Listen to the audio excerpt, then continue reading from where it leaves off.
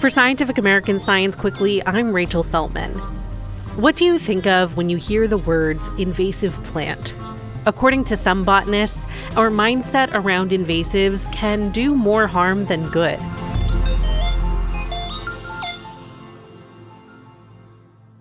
Here to tell us more is Mason Heberling, Associate Curator of Botany at Carnegie Museum of Natural History in Pittsburgh. He's one of the experts behind the museum's new exhibition, Uprooted, Plants Out of Place, which opened on March 22nd. Thank you so much for joining us today. Yeah, happy to be here.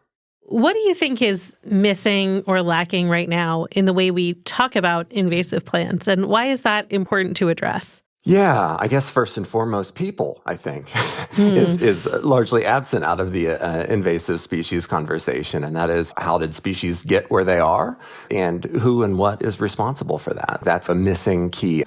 Oftentimes we talk about invasive plants, invasive insects, invasive introduced whatever, and we oftentimes focus on specific species or we focus on particular areas that they come from, but we rarely talk about the underlying cause of the introduction. So I think that's one thing that's really missing in kind of science communication around the topic. Yeah. And how do you think that the way we talk about and deal with invasive species would be different if we address that? I think the hope is and the thought is that there's not just these nasty organisms that are just out to get humans, but that humans are part of nature and humans are part of the problem, but also part of the solution. So instead of just pointing at a particular plant and being like, this plant is ruining our life, we instead see it as the broader context of how the plant got here, what we might do to mitigate the problem, but then also what we might do to prevent future problems.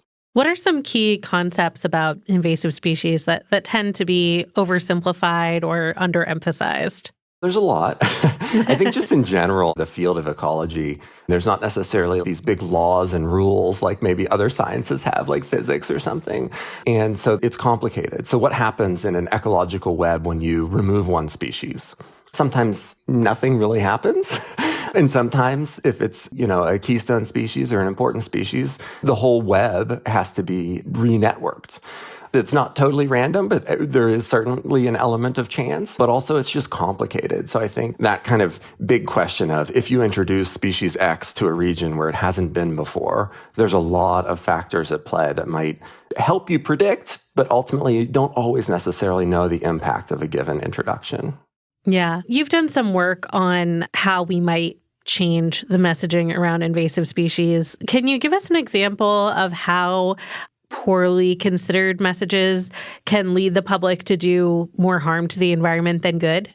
There are plenty of examples of that. And I guess just to step back, even if you don't study invasives, you do study invasives, whether indirectly or directly. With that being said, being at the museum, my position as botany curator really has a pretty strong public-facing outreach component. And being a plant ecologist, also giving a lot of guided hikes, pointing out plants, what plants are what, telling fun stories about particular plants to hook in.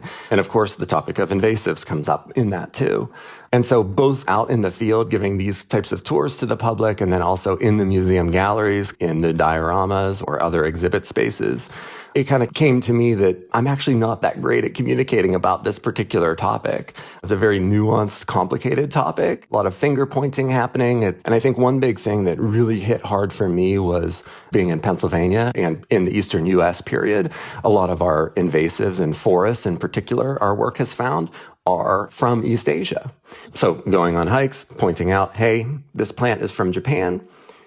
It kind of depends on what kind of background and philosophies people have, but there's oftentimes either intentional or unintentional connection with human migration.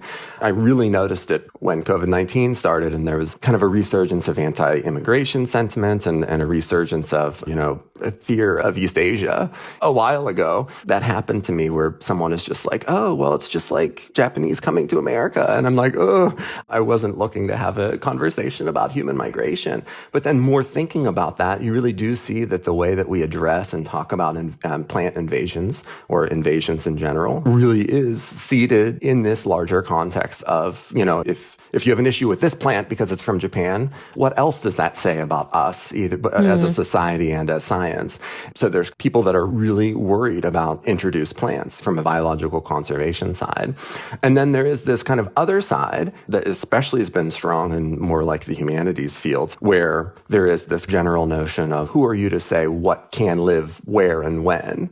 And I think that's a valid question, but also it brings up this binary of yes or no, or native or non-native.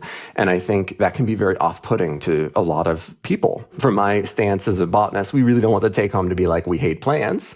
And from the same sense, we don't want to be the take-home to be, we hate people for particular reasons. So I've seen it go sour that way. And then I've also seen it go sour in this kind of vilifying particular organisms, these fear appeals. They've been really popular and they've been really effective in some ways. For instance, don't move this wood because the emerald ash borer or some other introduced insect or something, we don't want to move it around. And that can be pretty effective to instill change. But those little sound bites don't actually give the full nuance of how did we get where we are now? What can we do in the future to prevent that? And so you oftentimes also see kids, chasing after invasive bugs and squashing them. And you could see as an environmental educator there being a bit of a conflict there in terms of killing organisms and maybe not necessarily getting that message across of why we are advocating for killing or removing particular organisms in a given context. So it's really complicated. And again, working at the museum, exhibit labels need to be short and punchy, and people come to the museum to be inspired, to be instilled with wonder, to be happy. You don't necessarily come to an exhibit to read an exhibit label that requires you to get out your dictionary and sit there for an hour to read it. So how do you distill these big picture topics to get across both the biological concepts and the sense of action and inspiration for land stewardship? That's something that we've been really working on at the museum here. So we're really excited that now we are opening this exhibition, Uprooted Plants Out of Place, that we really are trying to present this topic in a way that is both informational, inspirational, and accurate, and gives that full nuance rather than either other exhibitions or short science communication pieces that are just kind of like, this plant is bad, get rid of it. Very cool. So what got you interested in invasive plants? I actually got into plants through invasive plants, helping my parents garden. That's a good child job, right? Remove these weeds. We don't want these weeds here. And so that always got me thinking, but I didn't really know much more than that. And then went to school for biology then, and as an undergraduate, I was really interested in nature generically. And I quickly ended up working a bit in horticulture, as a summer job. And again, these weeds kind of came back to me. How did they get here? What are they doing? How do they interact? And then from there, it kind of spiraled. And so my interest fundamentally really was the basic science of invasion ecology or introduced plants, seeing it as this big unintentional but this big kind of global experiment. What happens when you mix species around with different evolutionary histories?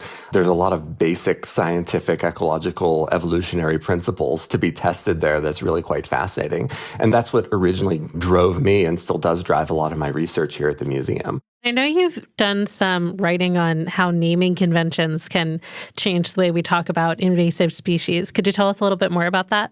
So this was work that kind of culminated in this exhibition at the museum, but also in more behind the scenes and public facing work with different environmental organizations here around Pittsburgh, addressing this issue of how do we talk about invasives? What's the most effective way and what's the most accurate way, which sometimes aren't necessarily the same thing. Mm-hmm. Something that we're really putting to practice in exhibition labels is common names of plants. Now, unlike other organisms, there's no official common names for plants. And we tend to focus on scientific names. And there's a big conversation going on now, too, about scientific names and renaming them on various bases. But for common names and for introduced plants in particular, oftentimes we say Japanese wisteria, Japanese knotweed, Chinese privet. So we have this kind of geographic descriptor. And at first, honestly, I really had no issue with that. I thought, yeah, that makes sense. I'm really interested in where plants are from. And I thought giving that name provides some context of, yes, this plant is introduced, first off. And then second off, where generally is it from? That's just interesting. But what I found in practice with science communication, sometimes First off, it's not necessarily accurate. Japanese knotweed may not necessarily be all from Japan, and plants don't necessarily follow political boundaries. We also see plants like Canada thistle, for instance, which is a European plant, but we call it Canada thistle, so that's a different story. So sometimes there's straight up misnomers, and sometimes there's just some blurred lines that isn't necessarily true. Maybe it was just first introduced from there, or the first person who encountered it, first European, I should say, or Euro-American, kind of called it that. And that's not always accurate. In the case of Japanese knotweed, for instance, which is this huge invasive plant that's introduced from East Asia and is now in Europe and in North America. And it's also a huge one in Pittsburgh area here. So it's one that we're featuring. And so it was like, do we want to say Japanese knotweed? First off, is that accurate? And then second off, we don't know where everyone's coming from when they read the label. And we don't necessarily want Japan to be the first thing they think about and then read a bunch of negative things about this plant. And it seems relatively subtle, but it really is important. So we instead say things like knotweed, for instance, or use the name that the Japanese call it, which is Itadori. And so I think little subtle shifts like that reframe it a little bit. And there are other names too that are absolutely offensive to certain groups of people. But then there are other things that aren't necessarily offensive. There's nothing offensive about Japanese knotweed, for instance, but it's more about the tone and how it's presented, and also the biological accuracy of where exactly is this plant from.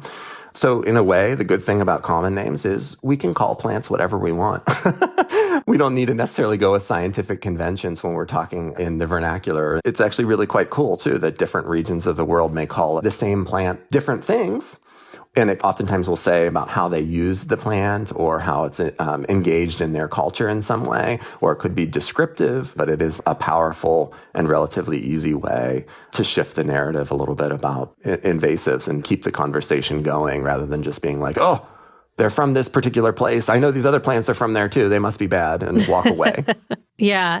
What would you say are the big things that everyday people and, home gardening enthusiasts can do to support native plants? Depends where you are in the world, of course, but there's a big native plant movement, I would say. This kind of revolution happening in people's backyards, rethinking gardening in general for not only the plants that they plant, but also the other organisms that they can help with their plants. It's kind of like voting, I would say. Every little bit matters. It might not seem like you removing a particular plant and switching it out with another one may be huge, but collectively it really does matter. And also it's a time for engagement, personal engagement. One of the things we're doing here at the museum, connecting with local resources, because there's a lot of native plant nurseries in a lot of places across the world. And going to a big box store or even a big commercial nursery, don't assume that all the plants there are great for you to plant. And so you have a little bit of responsibility, but also agency to make those decisions. And I think in the last couple of years for Pennsylvania, but also in the last really couple of decades for a lot of different U.S. states, there's been a lot of increased regulation of the commercial trade. And some of that I see as being really positive because some of that is out of the hands of the consumer. It affects consumer decisions, what's available to buy, for instance. So it's not only about necessarily removing plants, but then also cultivating an environment that is conducive to the type of healthy ecosystems that we want. It really needs to be an active restoration. And active restoration also doesn't mean that it necessarily has to be super difficult. There are a lot of native weeds. So I'm using the term weed here. And a weed is just a plant out of place. It doesn't matter if it's native or non-native. And sometimes we hear the word weed and we're like, oh, that's bad. But what I mean by that is we can foster self-sustaining gardens too. And that's a really exciting, empowering thing. For instance, plants like milkweed, we consider that a weed. And maybe it once was really reviled for various reasons. Oftentimes weeds are these early species that do well in these kind of early successional or in these disturbed environments, which is true in cities and a lot of other places. But what's beautiful is they can self-seed and they can be a keystone species in these ecological networks and really take it from there. Yeah. Thank you so much for joining us today. This has been a great conversation. Yeah, you're welcome. That's all for today's episode. For more on invasive plants, head over to Carnegie Museum of Natural History in Pittsburgh to check out its new exhibit, Uprooted: Plants Out of Context. We'll be back on Friday with an episode I'm super excited to share. It's an inside look at MIT Nano, a cutting-edge facility for nanoscale science and engineering. And I do mean an inside look. If you want to see how scientists study and design objects at the nanoscale, and how I look in a head-to-toe clean room bunny suit, you can check out a video version of the episode on our YouTube channel. Science Quickly is produced by me, Rachel Feltman, along with Fonda Mwangi, Kelso Harper, Naima Marcy, and Jeff Delvicio. This episode was edited by Alex Sugiura. Shayna Poses and Aaron Shattuck fact-check our show. Our theme music was composed by Dominic Smith. Subscribe to Scientific American for more up-to-date and in-depth science news. For Scientific American, this is Rachel Feltman. See you next time.